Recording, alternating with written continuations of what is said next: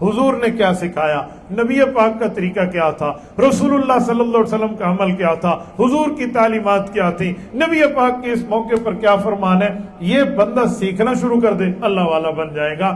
میں نے حضرت حکیم اختر رحمۃ اللہ علیہ ہمارے شیخ و مرشد تھے، میں نے ان سے ایک جملہ سنا، اپنے طالب علمی زمانے کی بات کر رہا ہوں، وہ کہنے لگے اگر جنت جانا چاہتے ہو نا، اللہ نے 2 پاؤں دیے ہیں، ایک پاؤں اللہ کی چاہت پہ رکھ لیں، اللہ کی چاہت کے مطابق رکھ لیں، دوسرا پاؤں تمہاری جنت میں پہنچ جائے گا۔ کہا جی وہ کیا؟ کہا ایک پاؤں تم خواہشات پہ رکھ لو، جو اپنی دل کی خواہشات ہیں شریعت کے خلاف، کہا اس پر ایک پاؤں رکھ لو، دوسرا پاؤں بندے کا جنت جائے گا۔ یقین مانے ایسے ہے، کوئی مشکل نہیں ہے، لیکن جو شیطان ہے نا وہ آپ کو چھوٹی سی نیکی ببل کی طرح لمبا کر کے دکھا دے گا۔ جیسے ببل لمبی ہو جاتی ہے نا، چبانے کے بعد ہم ببل نکالیں تو جتنا کھینچے اتنی کھینچ لیں اس کو، تو ببل کی طرح شیطان لمبا کر کے دکھائے گا۔ ایسا کچھ میں مثال دے رہا ہوں، اب مغرب کی نماز پڑھنی ہے تو مغرب کی نماز کے لیے وضو کر کے نماز پڑھنی ہے، اب شیطان کہے گا بھی تو ادھر جائے گا، مسجد پہنچے گا، وہ پہلے وضو کرنا ہے پھر جا کے نماز، فلاں فلاں لمبا کام ہے۔ اس کو ترغیب دے کر تربیت بندے کے پاس ہونا کہ پتہ ہے جب ہم وضو کریں گے تو وضو سے تو بندے کے وہ گناہ دھل جاتے ہیں جو بندے کے جسم پر ہو رہے ہوتے ہیں، گناہ صغیرہ تو وضو کے پانی سے دھل جاتے ہیں۔ پھر اس کے بعد جب میں نماز پڑھوں گا تو نماز سے اللہ رب العزت کی رحمت میرے اوپر متوجہ ہو جائے گی۔ تو یہ تقویٰ کی تربیت ہے، یوں سیکھنا ہے۔ یہ خانقاہیں جو ہے نا، جو خانقاہ ہوتی ہے اللہ اللہ کرنے کے لیے، خانقاہوں میں بیٹھنے کا جو معاملہ ہوتا ہے وہ یہی ہے کہ ہم نیکی کا معاملہ بھی سیکھ جائیں۔ اب لوگ ہم سے پوچھتے ہیں کہ خانقاہ میں بیٹھنا کوئی فرض ہے، کسی پیر صاحب کی بیعت کرنا کوئی ضروری ہے، اس کے بغیر بندہ مسلمان نہیں ہے؟ بھائی مسلمان ہے، کوئی فرض اور ضروری نہیں ہے، لیکن ایک بات ذہن میں رکھیں، کیا دین سیکھنا ضروری نہیں ہے؟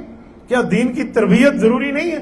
جب دنیا کے کام ہم سیکھنا شروع کرتے ہیں، سیکھ کے کرتے ہیں، لوگ شاباشی دیتے ہیں، تو دنیا کے کام سیکھ کے کر رہے ہیں، دین کے کام ہم سیکھ کے کریں گے تو اللہ کی طرف سے ہمیں اپریشیٹ ہوگا، اللہ کی طرف سے ہمیں شاباشی ملے گی۔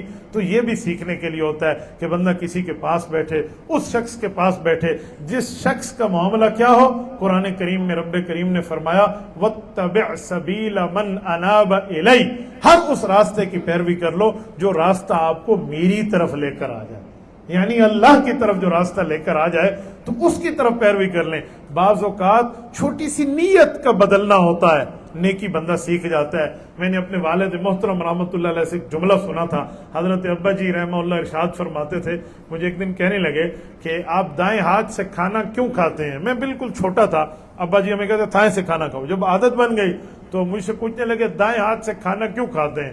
تو بچہ تھا میں، پتہ نہیں کوئی تیسری چوتھی کی کلاس ہوگی، تو میں نے کہا ابو میں دائیں ہاتھ سے آسانی مجھے ہوتی ہے، اب میں سوکھا ہونا ہے نا، میں دائیں ہاتھ تو یہ میں نے جواب دیا۔ تو ابا جی کہنے لگے آپ نے سچ کہا ہے، لیکن اگر آپ یہاں ایک اور لفظ کہہ دیں تو یہ آپ کا دائیں ہاتھ سے کھانا کھانا یہ عادت نہیں کہلائے گا، عبادت کہلائے گا۔ کہ وہ کیا کہ ہمارے نبی پاک کا طریقہ تھا دائیں ہاتھ سے نوش فرماتے تھے۔ اب دیکھیں ایک ہے میں اس میں آسانی اپنی محسوس کرتا ہوں، ایک ہے حضور کا طریقہ یہ تھا، نبی پاک یوں کرتے تھے۔ ایک آدمی رات کو سوتا ہے اور سونے کے لیے اس لیے سو رہا ہے کہ میں فریش ہونا چاہتا ہوں، سارا دن کا تھکا ہوا ہوں، دکان پہ، فیکٹری پہ، کاروبار میں، ادھر ادھر دائیں بائیں آگے پیچھے مصروف رہا، کچھ سوؤں گا تو فریش ہوں گا۔ ایک نیت اور بندہ کر لے کہ یار میں اسی لیے سو رہا ہوں تاکہ میں نے رزق حلال کمانا ہے اور یہ بھی عبادت کا حصہ ہے، تو لہٰذا میں سو جاؤں تاکہ کل کی عبادت میری چستی کے اندر ہو جائے، تو اس کا سونا بھی عبادت کہلائے گا۔ میرے دوستو یہی نیت ہوتی ہے، بندہ تھوڑی سی نیت کے معاملات کو بدل لے، کیا سے کیا اللہ جل شانہ عطا فرما دیں۔ اللہ کی رحمت سے بعید نہیں ہے، بس یہ ہے کہ انسان اپنی نیت ٹھیک کر لے۔ میں نے بات تقویٰ سے چلائی تو تقویٰ ہمیں ہر جگہ محسوس ہوگا، تقویٰ کا ہر جگہ معاملہ ہمارے سامنے ہوگا، لیکن وہ تب ہے جب چھوٹا سا بندہ اپنا یہ ذہن بنا لے کہ میرا کام جو ہے وہ اللہ رب العزت کے لیے ہونا چاہیے، رسول اللہ صلی اللہ علیہ وسلم کے طریقے کے لیے ہونا چاہیے۔ یاد رکھیں، میں ایک جملہ آپ کو سنانے لگا ہوں، یہ ماشاءاللہ اب اگست چل رہا ہے اور اگست میں اللہ نے ہمیں وطن عزیز ملک پاکستان اللہ اس کی حفاظت فرمائے، اللہ نے ہمیں عطا فرمایا ہے، تو یہ صرف 1947 کی تحریک کی محنت نہیں ہے، یہ تو سن 1601 میں جب انگریز اس خطے پر مسلط ہوا تھا اور اس وقت انہوں نے ایسٹ انڈیا کمپنی کے نام سے آئے تھے، تو اس وقت سے ہمارے بزرگوں کی، ہمارے اکابرین کی ان کے خلاف جد و جہد موجود ہے۔ حضرت شاہ ولی اللہ محدث دہلوی کا انگریز کے خلاف کارنامہ ہے، ان کے انگوٹھے کاٹ دیے گئے تھے کہ تم سچ کیوں لکھتے ہو۔ شاہ عبد العزیز کو ان نے مچھلی میں زہر دلوائی تھی، شاہ عبد الغنی اور باقی کے معاملات، سید احمد شہید رحمۃ اللہ علیہ کی شہادت ہوئی ہے سکھوں کے ہاتھوں، حضرت حافظ ضامن شہید ہوئے، کئی شاملی کے میدان تک ہمارے اکابر کی ترتیبیں۔ اس میں ایک واقعہ آپ کو سنانے لگا ہوں۔ حضرت مولانا قاسم نانوتوی رحمۃ اللہ علیہ جب شاملی کے میدان میں انگریز کو شکست دی تھی تو اس وقت انگریز نے ان کے وارنٹ گرفتاری جاری کر دیے تھے، تو یہ 3 دن روپوش رہے، چوتھے دن باہر آ گئے۔ سارے علماء اور بزرگوں نے کہا کہ حضرت انگریز کی فوج تو آپ کے پیچھے 4 ٹانگوں والے جانور کی طرف گھوم رہی ہے اور آپ کو تلاش کر رہی ہے، اور آپ باہر آ گئے۔ تو کہنے لگے جی باہر آ گئے۔ کہا اتنا جلدی؟ وجہ کچھ عرصہ آپ روپوش رہتے۔ فرمایا میں نے حضور پاک کی زندگی میں دیکھا ہے 3 دن سے زیادہ روپوشی مجھے نہیں ملی۔ غارے سور والے ذہن میں ہے نا؟ اب دیکھیں یہ ہے اتباع سنت کی ترتیب، یعنی اس حد تک بھی حالانکہ گنجائش ہے، بندہ رہ سکتا ہے اس سے زیادہ کہ جی نہیں میں نبی پاک صلی اللہ علیہ وسلم کے طریقے کے مطابق اس کو یوں دیکھ رہا ہوں۔ آپ اندازہ لگا لیں ہمارے بڑوں کا، بزرگوں کا کیا معاملے کا میسج ہم تک آ رہا ہے۔ تو میرے دوستو ہمیں بھی چاہیے کہ جب دنیا ہمیشہ کی جگہ نہیں ہے، دنیا ہمیشگی کا گھر نہیں ہے، دنیا ہمارے لیے ہمیشہ رہنے کا معاملہ نہیں ہے، تو ہم یہ بات طے کر لیں کہ ہم نے ہمیشہ نہیں رہنا، جتنا رہنا ہے اللہ کی مرضی کے مطابق رہنا۔ ایک جملہ میں آپ کی خدمت میں یہاں اور سمجھاتا ہوں۔ ایک بچے نے ایک دن مجھ سے پوچھا، میں ایک اسکول میں بات کر رہا تھا، چھوٹا بچہ ہے، اس نے اپنے ذہن کے مطابق سوال کیا کہ جی مجھے ایک بات بتائیں کہ یہ ہم سے گناہ کیوں ہوتے ہیں، ہم پھر گناہوں پہ مضبوط ہو جاتے ہیں، کیا وجہ ہے؟ میں جواب ہی دینے لگا تو اس نے کہا جی مجھے میری ماما نے بتایا ہے کہ گناہ ہمیں شیطان کرواتا ہے۔ تو آپ بتائیں شیطان کو کس نے کہا کہ وہ ہمیں گناہ کروائے؟ اب بچے کا دماغ بچے والا ہے نا، تو اس کو اسی انداز سے سمجھانا تھا۔ میں نے بتایا بیٹا شیطان کو جو گناہ پہ ابھارنا سکھایا ہے نا، وہ اس کے تکبر اور غرور نے سکھایا ہے۔ کیوں؟ شیطان میں تکبر تھا، قرآن کہتے ہیں ابا واستکبر وکان من الکافرین، اس نے انکار کیا تھا کہ میں آدم علیہ الصلوۃ والسلام کا سجدہ نہیں کرتا جب اللہ نے سب کو حکم کیا تھا۔ اللہ نے فرمایا انکار کیوں کیا؟ فرمایا واستکبر، اس نے تکبر اختیار کیا، اس نے اللہ رب العزت کے سامنے اپنے آپ کو بڑا پیش کیا کہ میں تو آگ سے پیدا ہوا ہوں، یہ مٹی سے پیدا ہوا ہے۔ تو اس وجہ سے اس میں غرور آیا، تکبر آیا، بڑائی آئی، عجب آیا، جس کی وجہ سے یہ گناہگار بنا ہے اور یہ معاملہ ہے۔ تو انہوں نے کہا اچھا اس کے اندر یہ غرور ہے۔ تو پھر بچہ مجھے کہنے لگا ٹھیک ہے، اس کا مطلب ہے ہم اپنے اندر تکبر نہ رکھیں، لیکن شیطان تو ہمیں گمراہ کر رہا ہے، اللہ کی مرضی سے ہی کر رہا ہے، تو اگر اللہ اس سے یہ طاقت کھینچ لے۔ پھر میں نے انہیں قرآن پاک کی آیت سمجھے، میں نے کہا بیٹا ایک اور آیت ہے جس کو آپ ذہن میں رکھیں، اگر بندہ اس کو مس کر لے تو اس سوال کا جواب نہیں آئے گا، کیونکہ اللہ جل شانہ نے قرآن کریم میں یہ بات فرمائی ہے کہ جب شیطان نے گناہ کر لیا تو رب کریم نے فرمایا فخرج منہا فإنک رجیم، نکل جا تو میری جنت سے، تو ہمیشہ کے لیے راندہ درگاہ ہے۔ اللہ نے اس کو سزا دی، تو شیطان نے وہاں اللہ رب العزت سے ایک درخواست کی کہ میرے مولا اب میری شامت تو آ گئی، سزا اور میرے اوپر جزا کا مسئلہ تو آ گیا، لیکن میری ایک درخواست ہے کہ میری اس سزا کو ملتوی کر دیں، تھوڑا مؤخر کر دیں، دیر سے کر دیں۔ کب تک؟ الی یوم یبعثون، انذرنی الی یوم، جب تک قیامت قائم نہ ہونا تب تک آپ مجھے سزا نہ دیں، اس وقت تک آپ مجھے ذرا اس سزا سے ہم تھوڑا مؤخر رکھیں۔ کہا کیوں؟ کہا اسی لیے کہ میں لوگوں کو گمراہ کروں گا، لوگوں کو بھی اپنے ساتھ لے کے جہنم جاؤں گا، اکیلا نہیں جانا چاہتا۔ تو اللہ نے کیا جواب دیا تھا؟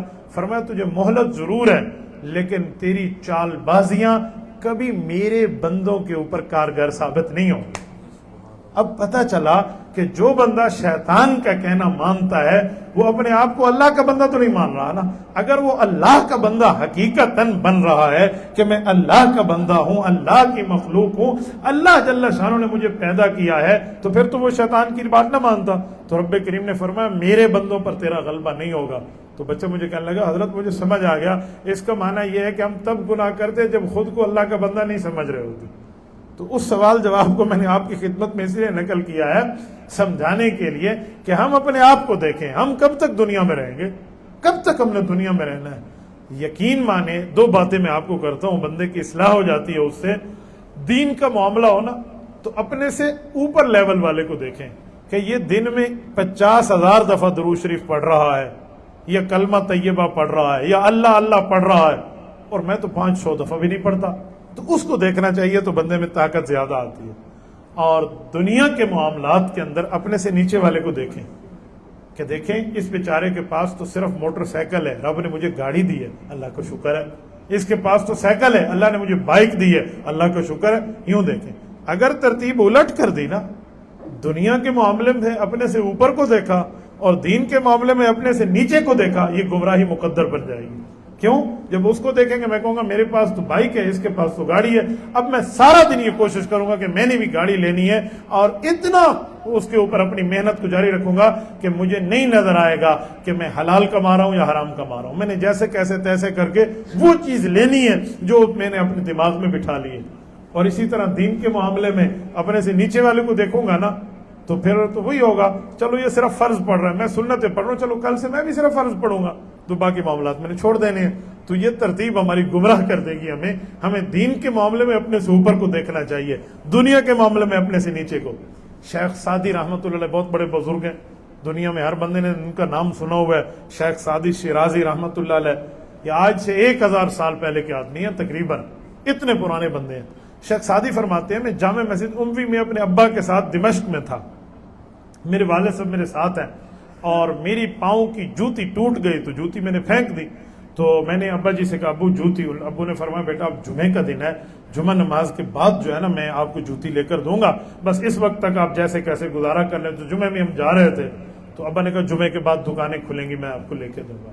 تو کہتے ہیں میں نے بات تو مان لی، لیکن دل ہی دل میں کہا کہ دیکھو یہ میری قسمت، پتہ نہیں کیا بد کی، یعنی اپنے آپ کو برا سوچنے لگا، میرے پاس جوتی بھی نہیں ہے، یہ زمانہ بھی آئے گا چپل بھی پہننے کے لیے، اہم پوش نہ دارم، میں تو جوتی بھی اپنی حیثیت نہیں رکھتا، یہ اپنے آپ کو کوس رہے ہیں۔ کہتے ہیں جامع مسجد اموی میں داخل ہوا جمعہ پڑھنے کے لیے، تو ایک آدمی وہاں بھیک مانگ رہے ہیں اللہ کے نام پہ، اور اس کے پاؤں نہیں ہیں، پاؤں نہیں ہے، لنگڑا ہے پاؤں سے۔ کہتے مجھے دل پہ چوٹ لگی، میں نے کہا سعدی کیا نا شکریہ کر رہا ہے تو، تجھے تو اللہ کا شکر ادا کرنا چاہیے، یہ تو اٹھ کے یہاں پہنچا ہے، تو خود چل کے تو آیا ہے، تیرے پاؤں تو سلامت ہے۔ اب دیکھیں کیسے بندے کی اصلاح ہو گئے۔ اگر یہ دنیا کے معاملے میں اپنے سے اوپر کو دیکھتا تو کہاں اصلاح ہوتی؟ تو یہ بات ہمیں سمجھائی گئی ہے کہ ہمارے اندر اللہ رب العزت کا شوق، دین کا ذوق، دینی ولولہ، دینی جذبہ، شکر کا مادہ، تقوی کا معاملہ تب پیدا ہوگا جب اس طرح کی نیکیوں کو ہم سیکھیں گے۔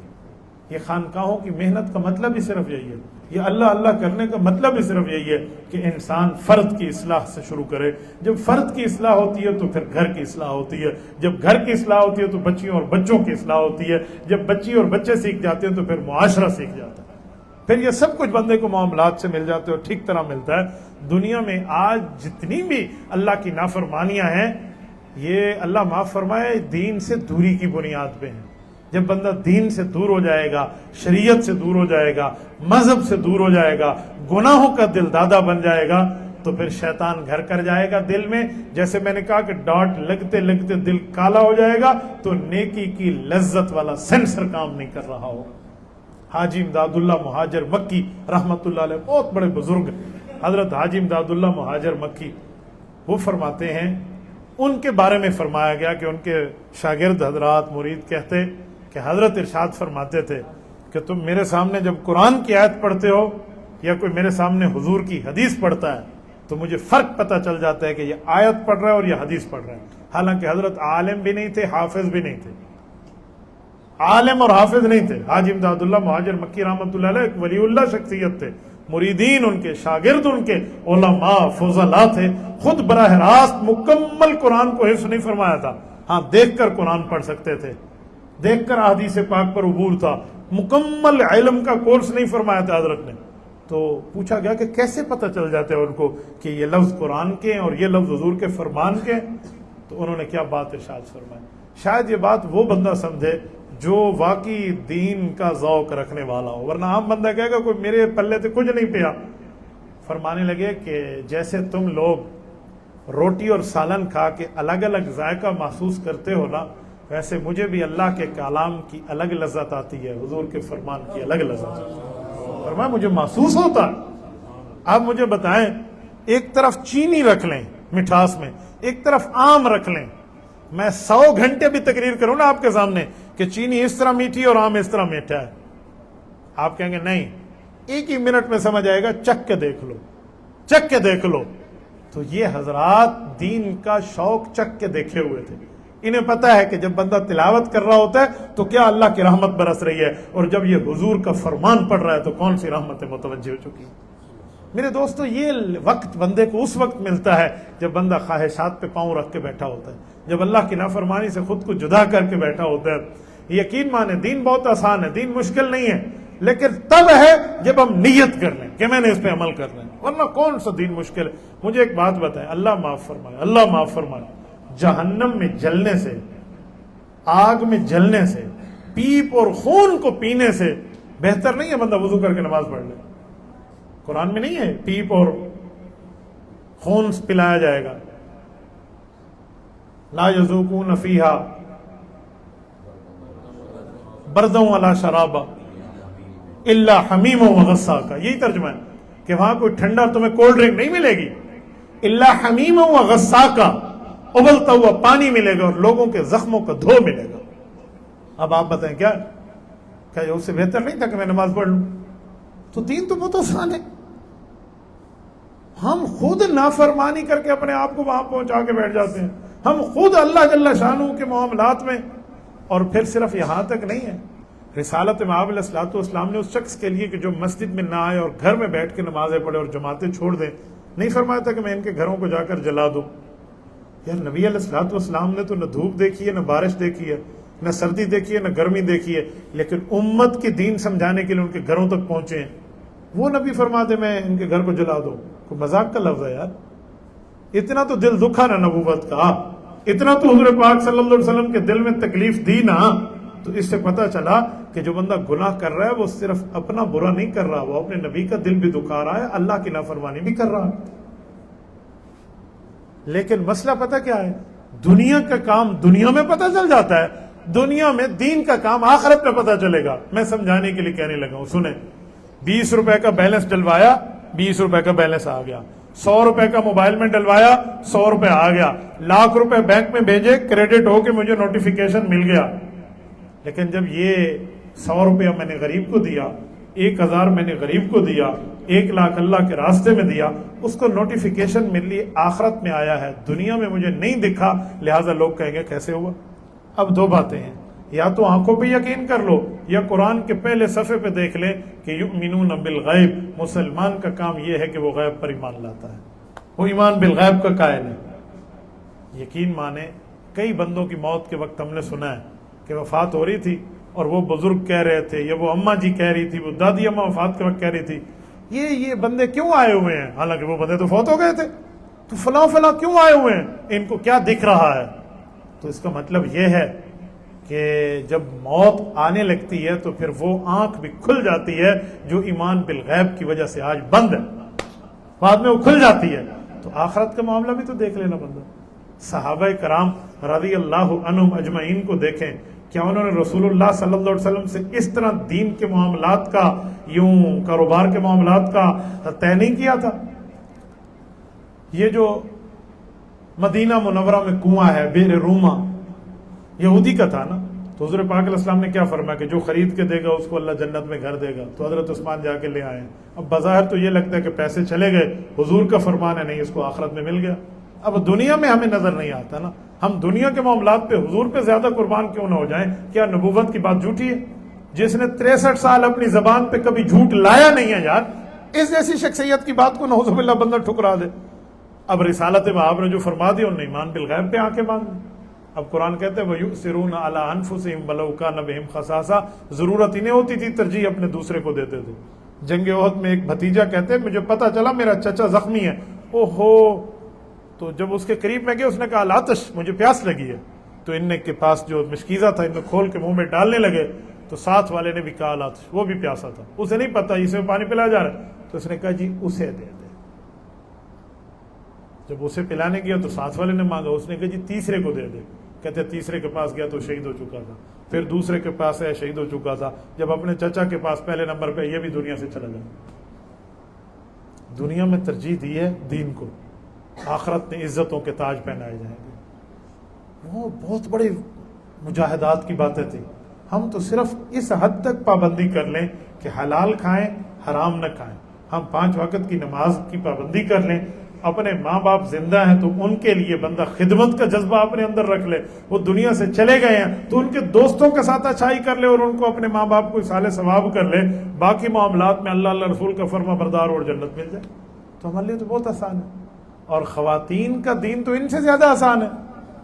عورتوں کے لیے نبی علیہ الصلوۃ والسلام کی حدیث ہے، فرمایا 4 کام عورت کر لے، 5واں کام اللہ فرمائیں گے، اذا صلت المرأة خمسها صامت شهرها اطاعت بعلها احسنت فرجها دخلت من ای ابواب الجنت شاءت۔ فرمایا 4 کام یہ کر لے، نماز پڑھ لے، روزہ رکھ لے، خامند کی اطاعت کر لے اور اپنی عزت کی حفاظت کر لے، 4 کام یہ کرے گی، دخلت من ای ابواب الجنت شاءت، رب فرمائیں گے جنت کے 8 در ہیں، جس دروازے سے چاہ تو داخل ہو جا۔ آپ اندازہ لیں، میں سمجھانے کے لیے کہتا ہوں جنت کے 8 دروازے ہیں، یعنی ایک بہت بڑا ٹاؤن ہے، اس کے 8 گیٹ سے انٹری کے، ہر گیٹ اپنے اندر بہترین محجبین خوبصورتی رکھتا ہے۔ اب میں نے کس طرف سے پلاٹ لے کے اپنا گھر بنانا ہے تو مجھے جو طرف پسند آئے گی میں جاؤں گا۔ تو اس عورت کو بھی تو جنت میں گھر ہی ملنا ہے نا، اس عورت کو بھی جنت میں ولا ملنا ہے، تو اسے کہا جائے گا جو تجھے پسند ہے ادھر سے چلی جائے۔ کام کتنے؟ 4 ہیں، نماز پڑھ لے، روزہ رکھ لے، خامد کی اطاعت کر لے اور عزت کی حفاظت کر لے۔ کون سا دین مشکل ہے؟ کون سا مسئلہ ہے؟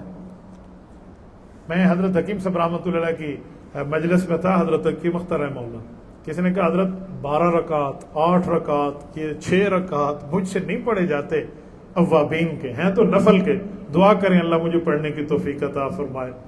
تو حضرت نے فرمایا اللہ توفیق دے تو آپ پڑھ لیا کریں، نہیں تو میں آپ آسان ترتیب بتاتا ہوں۔ کہنے لگے کیا؟ کہا کم از کم تو 6 رکعت ہے اوابین۔ کہا جی ٹھیک ہے۔ کہا آپ کیا کرتے ہیں؟ جب 3 رکعت مغرب کے فرض کے سلام پھیرتے ہیں تو 2 رکعت سنت پڑھتے ہیں، 2 نفل، کتنے ہو گئے؟ کہتے 4۔ کہا 2 اور پڑھ لو اس نیت سے کہ اللہ ان کو بھی 6 اوابین بنا دے۔ تو کتنی آسان ترتیب ہے۔ تو میرے دوستو کہاں مشکل ہے؟ کیا مشکل ہے اللہ رب العزت کے؟ ہاں بس یہ ہے کہ چھوٹا سا بندہ آپ اور ہم اپنے اندر یہ جذبہ پیدا کر لیں۔ تو میں نے تقویٰ پہ بات چلائی، میں اسی کا خلاصہ پیش کر کے بات ختم کر رہا ہوں کہ ہمیں سیکھنا چاہیے، اللہ والوں کے پاس آ کے بیٹھنا چاہیے۔ آپ ماشاءاللہ خوش قسمت ہیں، حضرت مولانا ابراہیم صاحب آپ کے پاس ہیں، مولانا مفتی عمار صاحب آپ کے پاس ہیں، باقی اس طرح حضرات، یہ ان کے ساتھ آپ بیٹھیں، ان کو وقت دیں، جیسے جیسے جیسے ڈاکٹرز کے لیے وقت نکالتے ہیں کہ میری صحت ٹھیک ہو، میرا فیملی ڈاکٹر ہے میں اس کے ایڈوائس پہ عمل کروں، یا اسی طرح لیگل ایڈوائزر کے لیے وقت نکالتے ہیں، میرا کاروبار ہے، میں نے FBR کے جو ہے نا گوشوارے بھرنے ہیں تو میں لیگلی معاملات میں اس سے مشورہ لے لوں، قانونی پروسیس پورا کر لوں۔ بھائی یہ لوگ، یہ علماء آپ کے دینی ایڈوائزر ہیں، جس سے ہماری قبر بھی بہتر ہو جائے گی اور ان کے مشورے سے ہماری آخرت بھی بہتر ہو جائے گی۔ تو بندہ اللہ والوں کے پاس بیٹھے، ان سے اپنے مسائل کا حل کرے، ان کی بات کے اندر عالم کے پاس یوں نہ آئے کیڑے نکالنے کے لیے نہ آئے کہ یہ بندہ ایسے کہہ رہا ہے، یہ سخت کہہ رہا ہے، یہ نرم کہہ رہا ہے۔ کوئی اللہ کے بندے سختی اور نرمی تو تب ہو جب مولوی خود مسئلے بنا کے دے آپ کو۔ حضرت تھانوی رحمۃ اللہ سے کسی نے کہا کہ آپ مسئلہ بناتے ہیں، انہوں نے کہا نون سے نہیں تا کے ساتھ، بناتے نہیں ہیں بتاتے ہیں۔ کہ بنانا اور ہوتا ہے، بتانا اور ہوتا ہے۔ کہ بنایا اللہ کے رسول نے ہمیں بنا کے دیا ہے، ہم تو بتانے والے ہیں۔ حضور کی شریعت میں گنجائش ہے تو بتا دیں گے، نہیں ہے تو بتا دیں گے، ایک ہی بات ہے۔ تو علماء کے پاس بندہ آ کر یوں نہ کرے کہ حضرت آپ میرے لیے کوئی نرمی پیدا کر دیں، وہ عالم ہے، وہ نبی کا وارث ہے، نبی نہیں ہے کہ وہ اللہ سے وحی لے کر دے دے۔ تو اسی لیے بھائیو برتن خالی لے کر آئیں اور بارش میں رکھ دیں تو بارش میں برتن بھر جائے گا۔ آپ کی مرضی، آپ ٹب لے کر آئیں، گلاس لے کے آئیں، جگ لے کے آئیں، پیالی لے کے آئیں، دیگچی لے کے آئیں۔ تو علماء کے پاس، اللہ والوں کے پاس بندہ جیسے ہی اپنا برتن لے کر آئے گا وہ اسی طرح ہی بھرے گا۔ اور پھر برتن بھی سیدھا ہونا چاہیے، الٹا برتن آپ پوری موسلادھار بارش میں بھی دیگچی الٹی کر کے رکھ دیں، ایک پانی کی بوند بھی اس میں نہیں آئے گی۔ تو کیا مطلب؟ علماء کے پاس بندہ مسئلہ بتانے نہ آئے، مسئلہ پوچھنے آئے۔ ہمارے ہاں لوگ مسئلہ بتانے ہیں۔ میرے جمعہ نماز میں آپ کو ایک بات سناؤں، جمعہ کے بعد میں لوگوں کے سوالات کے لیے بیٹھتا ہوں تو کئی سوال ہوتے ہیں۔ آج کل تو میں پچھلے جمعے میں ساتھیوں کو کہہ رہا تھا کہ یار یہ 200 300 سوال تم لکھ کے لاتے ہو، 2 گھنٹے گزر جاتے ہیں، کچھ دوسری میں بھی قسط رکھ لیں، تو اتنی ماشاءاللہ ساتھی آتے ہیں۔ وہاں ایک بات آپ کو سناؤں، ایک خاتون کا میرے پاس ایک معاملہ آیا کہ اس خاتون نے مسئلہ پوچھا نہیں، مسئلہ بتایا۔ انہوں نے کہا یہ میرا بیٹا ہے، اس نے مجھے خواب کی تعبیر دے دی ہے، بس مول سے میں دونوں 10 سڑائی سی۔ تو میں نے کہا جب بیٹا ہے آپ کا، اس نے خواب کی تعبیر دے دی، آپ ادھر کیوں تشریف لائی ہیں؟ تو وہ اصل میں مسئلہ پوچھنا تھا لیکن بتانے کی شکل میں، وہ ایک لمبی بات ہے، میں مختصر سناتا ہوں۔ کہنے لگی میں نے خواب دیکھا ہے، خواب میں مجھے کوئی کہتا ہے ذالکم خیر لکم، اب اس کا لفظی ترجمہ ہے یہ آپ کے لیے بہتر ہے، پتہ نہیں اس نے کسی مسئلے میں کوئی دیکھا ہو شاید، تو وہ ہماری سریکی میں ترجمہ کر کہنے لگے، ہم بیوی کو زال کہتے ہیں نا، تو کہنے لگا ذالکم خیر لکم، آپ زال ہو بس آپ کی خیر ہے۔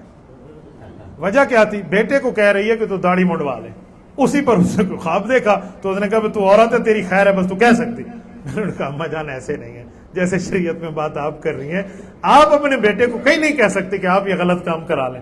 حضور علیہ السلام کی سنت ہے، آپ کے بیٹے نے چہرے پہ داڑھی رکھ لی تو آپ کو تو خوشی ہونی چاہیے کہ حضور کے طریقے پہ، آپ الٹا اسے کہہ رہی ہیں نہیں بیٹا آپ تو چھوٹا ہے تو یہ کٹوا لے۔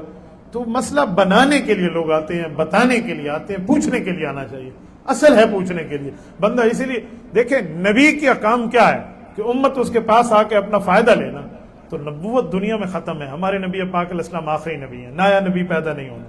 آپ کو اور ہمارا عقیدہ ہے ختم نبوت کا، حضور پاک صلی اللہ علیہ وسلم کے بعد نیا نبی نہیں آئے گا، تو جب حضور کی شریعت کیسے چلے گی؟ تو فرمایا العلماء ورثۃ الانبیاء، انبیاء کے وارث جو ہیں وہ علماء ہیں، تو عالم نبی کا وارث ہے، تو اس سے بھی مسئلہ پوچھنے بندہ آئے، بتانے کے معاملات میں نہ آئے۔ میں وہ واقعہ پورا کر رہا ہوں، میں نے ان کے بچے کو کہا کہ آپ داڑھی رکھ لیں، انہوں نے داڑھی رکھ لی، اماں جی نے گھر میں جا کے اس کو کہا منڈا لیں۔ میرے پاس مسئلہ آیا تو بچہ مجھے کہتا ہے کہ امی نے قرآن سے دلیل دی ہے منڈا دیں۔ میں نے کہا کون سی دلیل دی ہے امی تیری نے قرآن پاک میں؟ کہتے ہیں اماں نے کہا قرآن میں لکھا ہوا ہے لا اکراہ فی الدین، دین میں کوئی سختی نہیں ہے۔